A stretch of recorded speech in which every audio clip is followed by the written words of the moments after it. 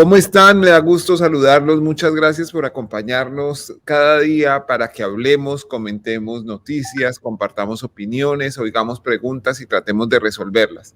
Muchas gracias. Gracias por permitirle a esta comunidad crecer. Ustedes suscribiéndose gratuitamente, como saben, en nuestro canal de YouTube, siguiéndonos en Facebook, van creciendo esta comunidad que cada día es más grande. Necesitamos que crezca mucho más para que tengamos más recursos para estos reportes Coronel. El exministro Oscar Iván Zuluaga fue grabado por su cómplice Daniel García Zabaleta, ustedes lo saben, reconociendo que siempre supo lo que tanto negó, que la corrupta multinacional brasileña Odebrecht le metió $1.600.000 a su campaña. En esa grabación, que está en poder de la Fiscalía, también dice, abro comillas, tendré que asumir toda la responsabilidad si me toca en algún momento, por encima de todos, para proteger a David, para protegerlo a usted y para protegerlos a todos. Hasta ahí las comillas. En definitiva, lo que dice el exministro Oscar Iván Zuluaga es que está dispuesto a echarse toda la culpa para amparar a su hijo. Bueno, contra la buena intención del padre de hoy, conspira la estrategia jurídica del codicioso político de hace unos años. La Fiscalía tiene en su poder una declaración de Oscar Iván Zuluaga en donde dice que como candidato su único trabajo era conseguir votos y que de todo lo demás, de lo administrativo, contractual y logístico, se encargaba el gerente de la campaña, es decir, su hijo David Zuluaga Martínez. El 30 de enero de 2015, Oscar Iván Zuluaga respondió a un interrogatorio de la Fiscalía en el caso del hacker. Allí afirmó que él no tenía responsabilidades administrativas o financieras, solo convencer a la gente de que votaran por él. En la diligencia dice lo siguiente la Fiscalía. Preguntado, explíquenos cómo estaba organizada su campaña presidencial jerárquicamente. Oscar Iván Zuluaga contestó, una campaña presidencial tiene un propósito central, ganar unas elecciones. En virtud de ese propósito, la campaña se organiza sobre dos ejes. El candidato, que se dedica a conseguir los votos, y se diseña una estructura operativa, financiera y administrativa. Sentado ahí, al lado de Jaime Granado, su abogado, Oscar Iván Zuluaga señaló a los dos encargados de esas funciones. La campaña en la estructura administrativa y financiera tiene dos ejes. El representante legal, que fue asumido por mi hijo David Zuluaga, y el coordinador general, el doctor Luis Alfonso Hoyos, persona a quien conozco desde hace 25 años cuando inicié mi actividad pública. Al final le dijo que él no tenía ningún tipo, al fiscal del caso, le dijo que él no tenía ningún tipo de control sobre lo que hacía su hijo. Preguntado, ¿ejercía usted algún control sobre las actividades que desarrollaba dentro de la campaña el señor David Zuluaga Martínez? Contestó, no realmente. Conozco de sus capacidades y tengo plena confianza en él. Y sabía que él, con el equipo y apoyo de las personas experimentadas y conocedoras, adelantaría en forma competente sus labores. Pues bien, David Zuluaga, a quien ahora pretenden mostrar como un muchacho inexperto, casi un niño, según la declaración de su padre de hace 8 años, tenía plena autonomía en la campaña. Le pregunta a la Fiscalía, doctor Oscar Iván, teniendo en cuenta su respuesta anterior, ¿el señor David Zuluaga Martínez tenía autonomía total en la toma de decisiones en la campaña presidencial? Contestó, por supuesto. Y le preguntan nuevamente, ¿quién dentro de la estructura jerárquica de la campaña ejercía control sobre las actividades del representante legal David Zuluaga Martínez? Él contestó, no existía junta directiva, el manual de funciones y la estructura de normas y procedimiento fija los controles. Miren esto lo complicado.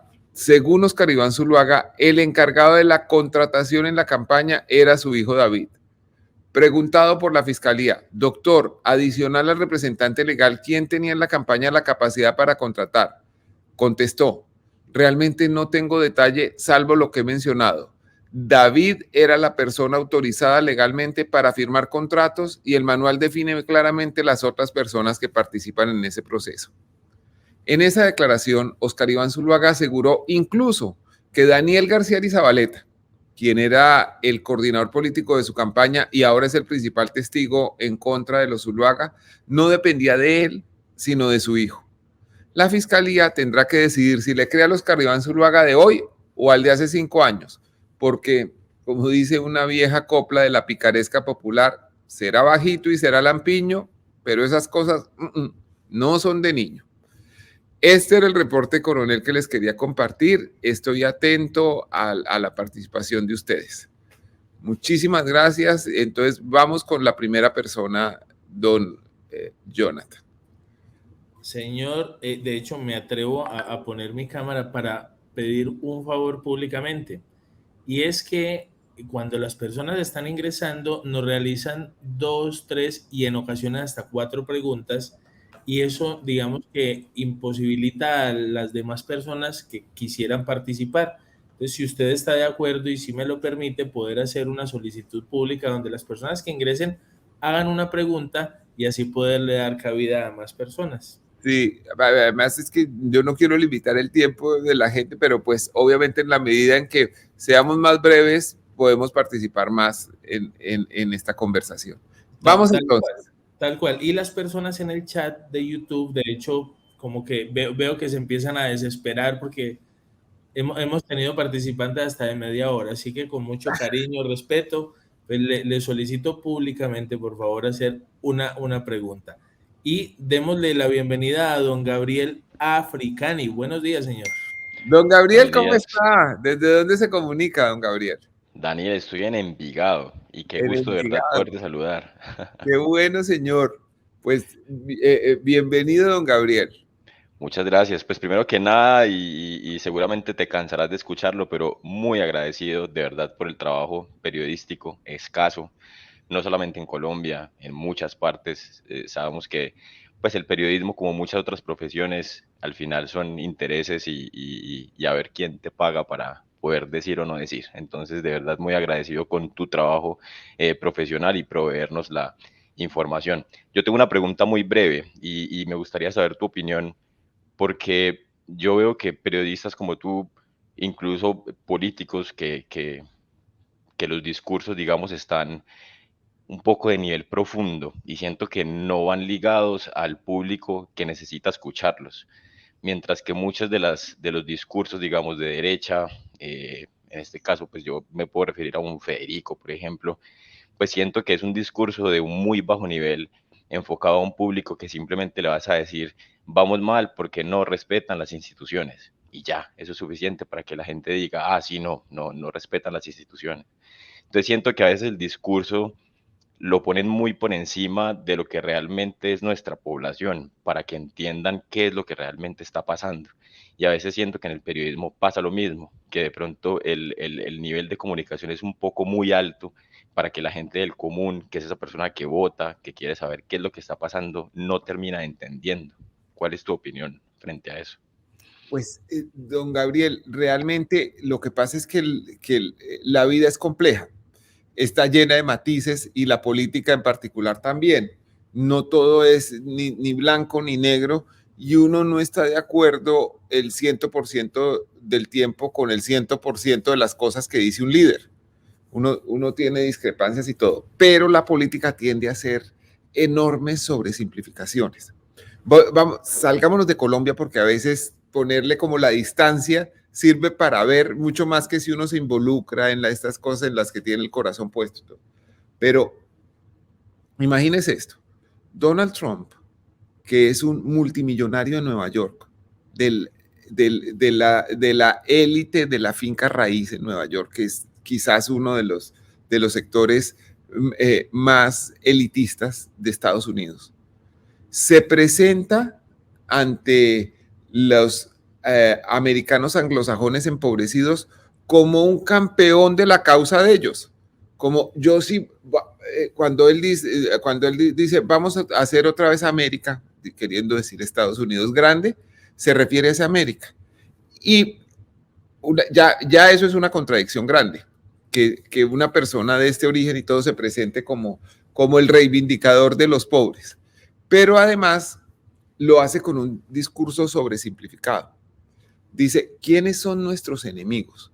Nuestros enemigos son estos ricos que se llevaron el dinero para China y los empleos para China y para la India y algunos para México, y estos mexicanos, que es la forma de decirnos a todos los hispanos, o sea, esa es la cosa simplificadora también, y estos mexicanos que el empleo que quedaba vinieron a hacerlo aquí por unas monedas por debajo de la tarifa.